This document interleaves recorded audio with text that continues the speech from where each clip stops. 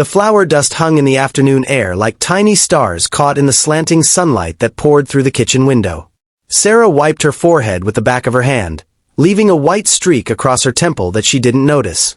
The bread dough beneath her palms was finally beginning to cooperate after 20 minutes of kneading, growing smooth and elastic under her practiced touch. She had been alone in the kitchen since dawn, as she was most days. The farmhouse stood 3 miles from the nearest neighbor, surrounded by nothing but prairie grass that whispered secrets to the wind and the occasional cottonwood tree that had managed to sink its roots deep enough to survive the Oklahoma summers. Her husband had left before sunrise with their 2 sons, heading to the far pasture to mend fences that the spring storms had damaged. They wouldn't return until the shadows grew long. Sarah didn't mind the solitude. In fact, she had grown to cherish these quiet hours when the house belonged only to her and her thoughts. She hummed as she worked, an old melody her grandmother had taught her back in Missouri, before the promise of land and opportunity had drawn her family westward. The tune drifted through the kitchen, mingling with the yeasty smell of rising dough and the cinnamon she'd sprinkled into the apple pie cooling on the windowsill. The sound of hoofbeats didn't register at first. She was too lost in her work, dividing the dough into loaves and placing them in greased pans. But when the humming stopped to catch her breath, she heard it, the distinct rhythm of a horse moving at an easy walk, growing closer to the house. Her hands stilled. Visitors were rare out here, and unexpected ones even rarer. She glanced toward the rifle that hung above the door, a precaution her husband insisted upon, though she'd never had cause to use it. Through the window, she could make out a figure on horseback, silhouetted against the bright afternoon sky. Sarah wiped her hands on her apron and moved to the door, opening it just enough to see out. The rider had stopped his horse about 20 yards from the house, sitting easy in the saddle like a man who'd spent more of his life on horseback than on his own 2 feet. He was young, probably not yet 30, with a weathered face that spoke of countless days under the unforgiving sun. Dust covered his clothes and hat, and she could see the weariness in the set of his shoulders. "Ma'am," he called out, touching the brim of his hat with 2 fingers.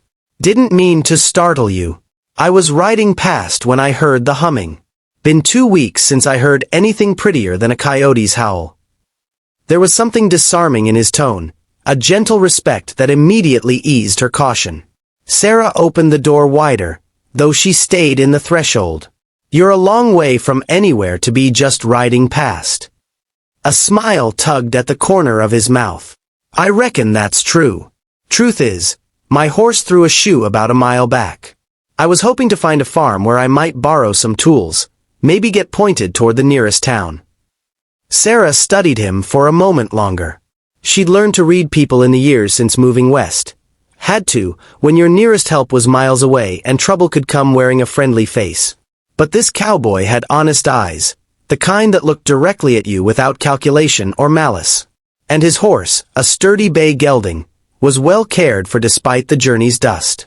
A man who treated his horse well was generally a man who could be trusted. "There's a smithy in Guthrie, about 8 miles southeast," she said. "But that's a long walk on a lame horse. My husband should be back in a few hours. He's handy with horseshoes if you're willing to wait." The cowboy's relief was evident. "I'd be much obliged, ma'am. I don't want to impose on your hospitality, but I'd surely appreciate it."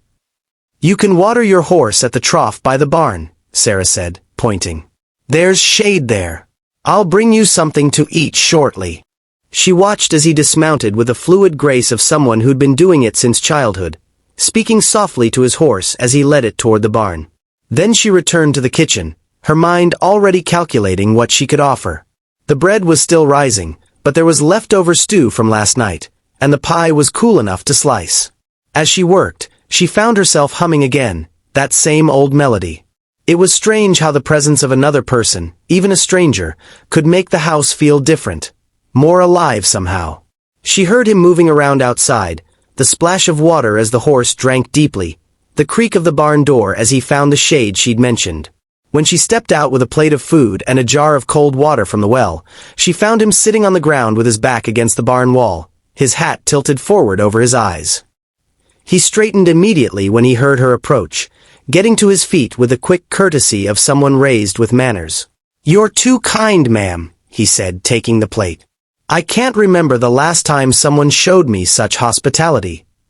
Where are you headed? Sarah asked, surprising herself with the question. She wasn't normally one for conversation with strangers. The cowboy settled back down, and after a moment's hesitation, she sat on an overturned bucket a few feet away. It had been so long since she'd talked to anyone besides her husband and sons that she found herself curious about the wider world this stranger had traveled through. North, he said between bites of stew. Been working ranches down in Texas, but the work dried up. Heard there might be opportunities up in Kansas. Figured I'd drift that way and see what I could find. He paused, then added, That's a beautiful song you were singing. My mother used to hum something similar when I was a boy. Sarah felt a flush of something she couldn't quite name. Pleasure at the compliment, perhaps, or the simple connection of a shared memory. My grandmother taught it to me. I don't even remember the words anymore, just the melody. Some things are better that way, the cowboy said thoughtfully. The words can change, but the melody stays true. They talked for nearly an hour, there in the shade of the barn. He told her about the places he'd seen, the vast ranches of South Texas and the wild beauty of the plains. She found herself sharing stories of her own journey west, the fear and excitement of leaving everything familiar behind, the harsh lessons the land had taught her about resilience and patience. It occurred to her that she'd been starved for this kind of conversation without realizing it. Her husband was a good man, but he was spare with words, made taciturn by the constant demands of working the land. Her sons were still young, more interested in action than reflection. This stranger, with his easy manner and thoughtful observations, reminded her that she'd once been a person who talked about more than weather and crops and the endless tasks that filled each day. The sun had moved considerably across the sky when they finally heard the sound of the wagon returning. Sarah stood quickly, suddenly aware of how long she'd been sitting there, how the bread dough would need her attention, how it might look to her husband to find her conversing so easily with a stranger. But when Thomas climbed down from the wagon, his weathered face showed only curiosity, not suspicion. The boys tumbled out after him, immediately fascinated by the presence of a real cowboy and his horse. Sarah explained the situation while the stranger stood respectfully, hat in hand, as Thomas assessed the situation with his characteristic practicality. Within minutes, they'd agreed on the solution. Thomas would hoe the horse in exchange for an hour's help mending the fence line that still needed attention. As the men worked together, Sarah returned to her kitchen, the space that had felt so peaceful in solitude now seeming almost too quiet. She shaped the risen dough, slid the pans into the oven, and prepared supper for her family and their unexpected guest. Through the window, she could see them in the corral, her husband demonstrating something about post-setting while the cowboy listened attentively, her boys chattering away with the boundless energy of youth. By the time the work was finished and the sun was beginning its descent toward the horizon, the stranger's horse was sound again, the fence was mended, and a feeling of satisfaction hung over the little farm. They all ate together at the rough-hewn table Thomas had built when they first claimed this land, and the conversation flowed more easily than usual, lubricated by the presence of someone new with stories to share. As the cowboy prepared to leave, Sarah wrapped the remaining half of the apple pie in cloth and insisted he take it with him. "You have a long ride ahead," she said simply. He accepted it with genuine gratitude, then paused before mounting his horse. "I want to thank you, ma'am, for your kindness today. It's easy to forget, out on the trail, that there's still goodness in the world.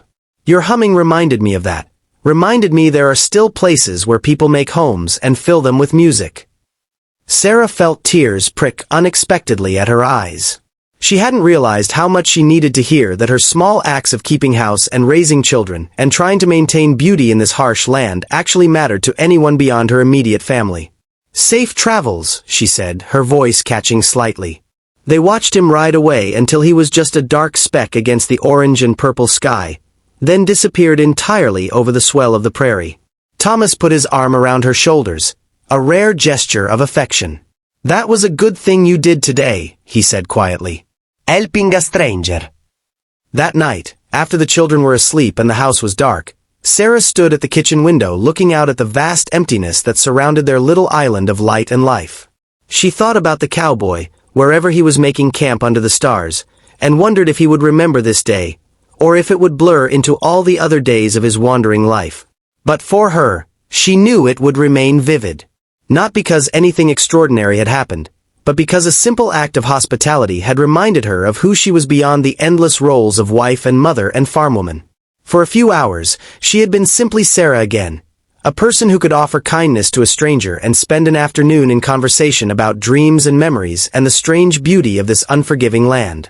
She began to hum that old melody again, letting it drift out into the darkness, and somewhere in the vast night, she imagined it might reach other lonely travelers, other people keeping their small flames of humanity burning against the wilderness. The sound filled the kitchen, transformed it from a place of labor into a place of grace, and Sarah smiled. Tomorrow there would be bread to bake again, clothes to wash, a garden to tend. But tonight, she was content, held in the memory of an afternoon when a cowboy rode by and stopped when he heard her humming, and in that brief connection, they had reminded each other what it meant to be human in this wide, lonely, beautiful world.